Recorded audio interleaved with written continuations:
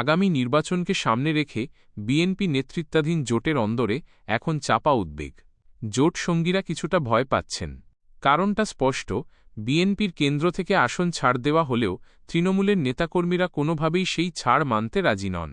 জোটের শরিকরা আশঙ্কা করছেন তাদের জয় নিশ্চিত করা কঠিন হয়ে উঠবে। এই অসন্তোষের সবথেকে বড় উদাহরণ দেখা গেছে ব্রাহ্মণবাড়িয়ায়। চলতি বছরের 12 অক্টোবর বাঞ্ছারামপুর উপজেলায় জোনায়েদ সাকির বিরুদ্ধে হঠাৎ কয়েক শত নারী ঝাড়ু মিছিল করেন। গণসংহতি আন্দোলনের এই নেতাকে ইসলাম বিদ্বেষী উল্লেখ করে অবাঞ্ছিত ঘোষণা করা হয়। কেন্দ্র জোনায়েদ সাকিকে আসনটি ছাড় দিলেও স্থানীয় বিএনপি তা মানতে নারাজ। স্থানীয়দের পরিষ্কার বক্তব্য, বছরের পর বছর ধরে আমরা এখানে সংগঠন টিকিয়ে রেখেছি। এখন বাইরে থেকে কেউ এসে নেতৃত্ব নেবে, এটা মেনে নেওয়া কঠিন। যেহেতু আপনি বা অথবা আপনার লোকজন আমাদের তো একই তিক্ত অভিজ্ঞতা হয়েছে গণ অধিকার পরিষদের সভাপতি ডাকসুর সাবেক ভিপি নুরুল হক নূরের। গত 12 জুন পটুয়াখালীর গলাচিপায় বিএনপির নেতাকর্মীরা তাকে প্রায় 6 ঘণ্টা অবরুদ্ধ করে রাখে।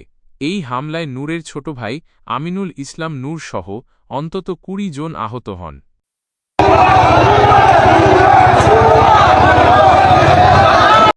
অন্যদিকে বিএনপির আরেক জোটসঙ্গী বাংলাদেশ জাতীয় পার্টির চেয়ারম্যান আন্দালিব রহমান পার্থ। ভোলায় তাকে আসন ছাড় দেওয়ার পরও স্থানীয় বিএনপি তার বিরুদ্ধে উঠে পড়ে লাগে। মিছিলের পাশাপাশি তাদের অফিসেও হামলা চালায় তৃণমূলের কর্মীরা।